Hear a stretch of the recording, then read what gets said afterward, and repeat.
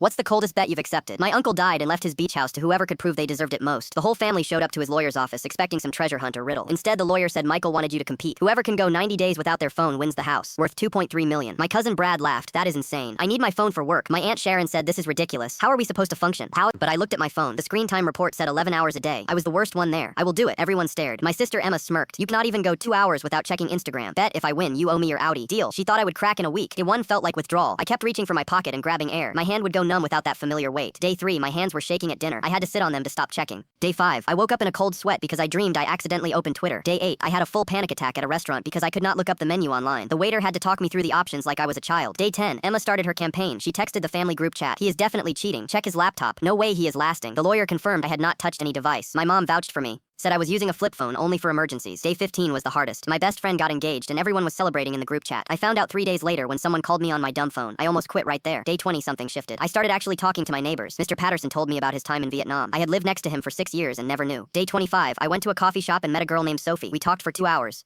No phones, just conversation. She did not believe me when I said I had not touched my phone in weeks. Day 30, I invited Sophie to dinner. We played board games. She said this feels like the 90s.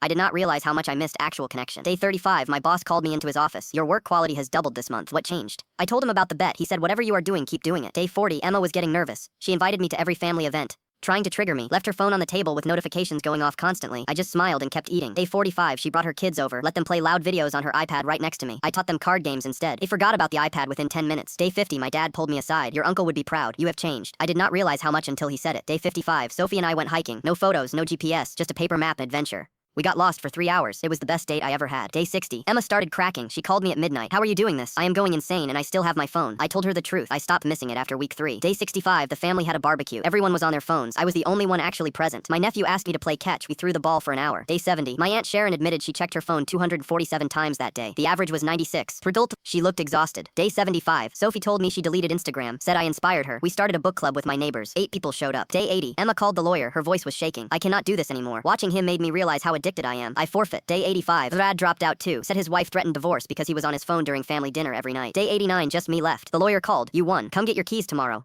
That night, I could not sleep. I kept thinking about Uncle Michael, about what he really wanted. Day 90, I walked into the lawyer's office. The whole family was there. Emma looked defeated. Brad looked ashamed. I told the lawyer I did not want the house. Sell it. Split the money between everyone equally. My aunt gasped. Emma started crying. Why would you do that? Because Uncle Michael was not testing who could live without a phone. He was testing who was willing to change. And I already got what I needed. Emma handed me her Audi keys anyway. You earned this. I sold the car, paid off my student loans, took Sophie to that restaurant where I had the panic attack on day 8. We laughed about it, ordered without looking anything up. She moved in with me 6 months later. We still do not have smartphones. Best cold bet I ever accepted. Uncle Michael knew exactly what he was doing.